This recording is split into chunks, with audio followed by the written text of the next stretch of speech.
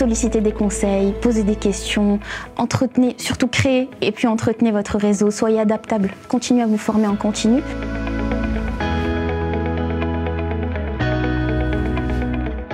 Bonjour, je suis Myriam, diplômée du Master MBFA en analyse financière et gestion d'actifs, promotion 2020-2021. Et actuellement, je suis chargée de financement au sein du centre d'affaires Noutibank à la Caisse d'épargne Côte d'Azur. En quoi consiste votre métier aujourd'hui ? Mon métier actuel consiste à accompagner les plaisanciers, donc particuliers et professionnels, également les entreprises du secteur nautique, dans les projets d'acquisition de bateaux, de places de port et dans les travaux de refit et d'accastillage. Donc on les accompagne pendant toute la durée du projet, de leur demande de financement jusqu'au déblocage des fonds.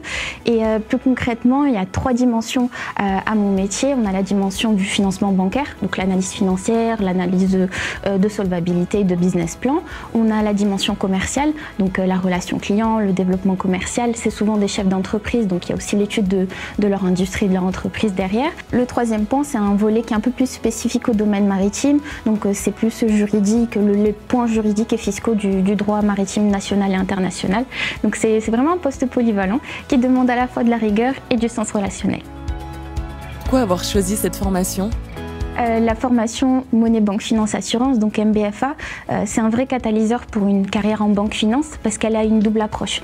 Vous avez à la fois une base académique qui est super solide et avec des enseignements qui abordent toute la finance dans sa globalité, et en même temps il y a aussi une dimension très professionnalisante. On a des intervenants professionnels qui viennent nous former avec leur retour d'expérience et qui finalement nous préparent au milieu professionnel qu'on se prépare à intégrer. Et cette transversalité, c'est un vrai atout. Je vous donne mon exemple. Quand je suis arrivée dans le monde professionnel avec ce bagage technique et pratique, ça m'a permis d'être très vite autonome sur plusieurs responsabilités que j'avais, notamment en analyse financière ou en conformité bancaire. Comment avez-vous trouvé votre premier emploi ?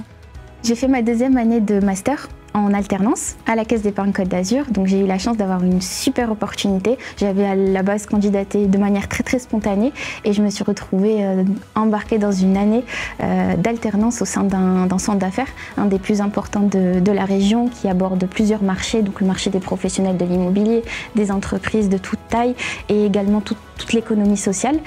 Donc j'ai eu une super expérience. J'ai pris beaucoup de compétences, beaucoup de réflexes professionnels parce que c'était ma première expérience pro. J'ai construit un réseau également et j'ai pu rencontrer la personne qui est mon directeur dans mon poste actuel. Donc l'alternance a été un tremplin pour un premier poste. Quel était votre état d'esprit lorsque vous avez obtenu votre diplôme ? J'ai obtenu mon diplôme en septembre 2021, donc à la sortie du Covid, des confinements. Donc c'était quand même une période d'incertitude, mais on était super bien accompagnés par les enseignants, par l'université. On avait une bonne entente dans la promo, donc ça a bien facilité la transition entre le monde des études supérieures et le monde professionnel. Et puis j'étais quand même sereine car je savais que j'avais un contrat qui m'attendait à la fin des études. C'est pour ça que pour moi l'alternance c'est vraiment une voie d'excellence et la voie la plus douce pour intégrer le monde professionnel. Quels conseils donneriez-vous aux futurs diplômés de ce parcours ?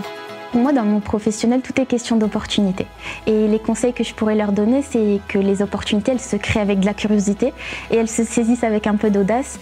Donc soyez curieux, sollicitez des conseils, posez des questions, entretenez, surtout créez et puis entretenez votre réseau, soyez adaptable, continuez à vous former en continu et surtout osez. Faites-vous confiance, faites confiance à votre parcours, à votre formation, prenez des initiatives, soyez toujours dans l'action, ne vous posez pas trop de questions à ce moment-là et allez-y.